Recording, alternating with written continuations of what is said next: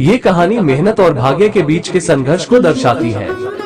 किसी गांव में एक गरीब किसान रामलाल रहता था। रामलाल के पास कुछ ही जमीन थी जिस पर वह और उसका परिवार किसी तरह गुजारा करते थे। रामलाल बहुत मेहनती और ईमानदार था। वो रोज सुबह सूरज निकलने से पहले उठता और अपने खेतों में काम करने चला जाता। उसकी मेहनत के बावजूद उसकी फसल अक्सर खराब हो जाती थी और उसे मुश्किल से ही 2 वक्त की रोटी मिल पाती थी। एक दिन गांव में एक साधु आया। साधु ने लोगों से कहा कि वो किसी भी व्यक्ति का भाग्य बदल सकता है। गांव के लोग साधु के पास जाकर अपनी समस्याएं बताने लगे।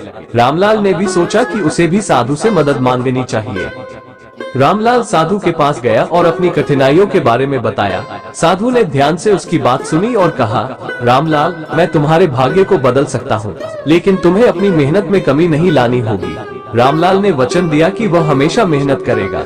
साधु ने उसे एक ताबीज दिया और कहा, ये ताबीज तुम्हें भाग्यशाली बना देगा, लेकिन याद रखना, तुम्हारी मेहनत ही तुम्हें सफलता दिलाएगी। रामलाल ने ताबीज को धारण किया और पहले से भी ज्यादा मेहनत करने लगा। कुछ ही दिनों में उसकी फसलें लहलहाने लगी और उसकी आर्थिक स्थिति सुधरने लगी। उसने नई तकनीकों को अपनाया और अपने खेतों को और भी उत्पादक बना दिया। धीरे धीरे रामलाल गांव के सबसे सफल किसानों में से एक बन गया। रामलाल ने अपने अनुभव से यह सीखा कि भाग्य एक महत्वपूर्ण भूमिका निभा सकता है, लेकिन असली सफलता मेहनत से ही मिलती है। वह अपने गांव के लोगों को भी मेहनत और ईमानदारी का पाठ पढ़ाने लगा। समय बीतता गया और रामलाल का नाम पूरे क्षेत्र में मशहूर हो गया। उसकी कहानी से प्रेरणा लेकर कई लोग अपनी कठिनाइयों का सामना करते हुए मेहनत करने लगे और सफलता प्राप्त की। इस प्रकार रामलाल की कहानी हमें ये सिखाती है कि मेहनत और भाग्य दोनों ही जीवन में महत्वपूर्ण है, लेकिन असली ताकत हमारी मेहनत में ही निहित होती है। एक बार की बात है, एक छोटे से गांव में एक किसान रहता था। उसका नाम रामू था। रामू बहुत मेहनती था, लेकिन उसकी फसलें हमेशा कम ही होती थी। वो बहुत दुखी रहता था और हमेशा भगवान से प्रार्थना करता था कि उसकी फसलें अच्छी हों।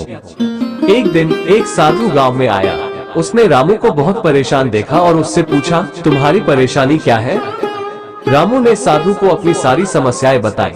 साधु ने मुस्कुराते हुए कहा, रामू, तुम अपने खेत में मेहनत तो बहुत करते हो, लेकिन तुम फल की चिंता में ही लगे रहते हो। मेहनत करना तुम्हारा काम है, लेकिन फल देना भगवान का काम है। तुम बस अपना काम सच्चे मन से करते रहो और फल की चिंता भगवान पर छोड़ दो। रामू ने साधु की बात ध्यान से सुनी और उसे अपने जीवन में अपनाया। अब वह मेहनत तो पहले की तरह ही करता था, लेकिन फल की चिंता छोड़ दी। उसका मन हल्का हो गया और वो खुशी खुशी काम करने लगा। धीरे धीरे उसकी मेहनत रंग लाने लगी। उसकी फसलें पहले से ज्यादा अच्छी होने लगी। गांव के लोग भी उसकी तारीफ करने लगे। रामू समझ गया कि जब उसने फल की चिंता छोड़ दी और सिर्फ मेहनत पर ध्यान दिया, तो भगवान ने उसकी मेहनत का फल दिया। ये कहानी हमें सिखाती है कि हमें अपने कर्मों पर ध्यान देना चाहिए और फल की चिंता भगवान पर छोड़ देनी चाहिए। जब हम सच्चे मन से मेहनत करेंगे, तो भगवान हमें उसका उचित फल जरूर देंगे।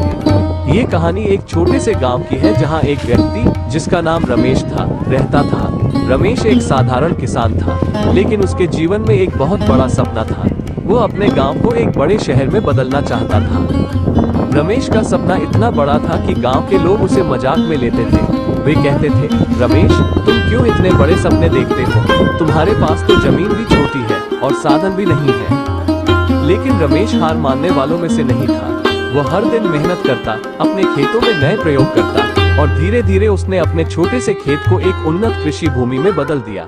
उसके फसलें इतनी अच्छी होती कि आसपास के गांव के लोग भी उससे सलाह लेने आने लगे। फिर एक दिन एक बड़ा तूफान आया जिसने गांव की अधिकांश फसलों को बर्बाद कर दिया।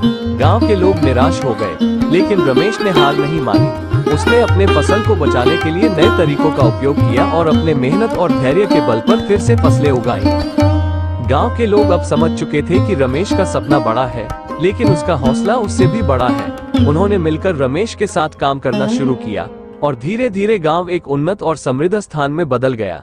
इस कहानी से यह सीख मिलती है कि कारण चाहे कितना भी बड़ा क्यों न हो, इंसान का हौसला और मेहनत उससे भी बड़ा होता है। रमेश ने अपने सपने को साकार कर दिखाया और यह साबित कर दिया कि इंसान की इच्छा शक्ति से बड़ी कोई चीज। एक समय की बात है, एक छोटे से गांव में किशन नाम का एक किसान रहता था। किशन मेहनती और ईमानदार था, लेकिन उसकी किस्मत कुछ अच्छी नहीं थी। हर साल उसकी फसलें खराब हो जाती थी और वो कर्ज के बोझ तले दब जाता था। एक बार गांव में एक वृद्ध और ज्ञानी व्यक्ति आया। उसने गांव वालों से कहा कि वो उन्हें खेती के नए तरीकों और तकनीकों के बारे में सिखाना चाहता है, जिससे उनकी फसलें अच्छी हो और उनकी मेहनत रंग लाए। गांव वालों ने उसकी बातों पर ध्यान नहीं दिया, लेकिन किशन ने सोचा कि उसे इस अवसर को नहीं गंवाना चाहिए। किशन ने वृद्ध व्यक्ति से मिलकर उससे खेती के नए तरीके सीखे। उसने सीखा कि कैसे मिट्टी की जांच करनी है, कौन कौन से बीज बेहतर होते हैं और फसल के लिए किस प्रकार की खाद और पानी की आवश्यकता होती है। किशन ने अपने खेत में इन सभी नए तरीकों को अपनाना शुरू किया। पहले साल में ही उसकी फसलें हरी भरी और अच्छी हो गई। गांव के लोग किशन की सफलता देखकर हैरान थे। उन्होंने उससे पूछा कि उसने ये सब कैसे किया। किशन ने सबको बताया कि यह सब वृद्ध व्यक्ति की शिक्षाओं का फल है। गांव के लोग भी अब उस वृद्ध व्यक्ति से सीखने लगे और उन्होंने किशन की तरह ही खेती में नए तरीके अपनाए। कुछ ही सालों में गांव की स्थिति बदल गई। फसलें अच्छी होने लगी, गांव में समृद्धि आई और कर्ज का बोझ कम हो गया। इस कहानी से यह सीख मिलती है कि ज्ञान और मेहनत से किसी भी समस्या का समाधान किया जा सकता है। किशन ने अपने दृढ़ संकल्प और नए ज्ञान के बल पर अपने और अपने गांव के जीवन को बदल दिया।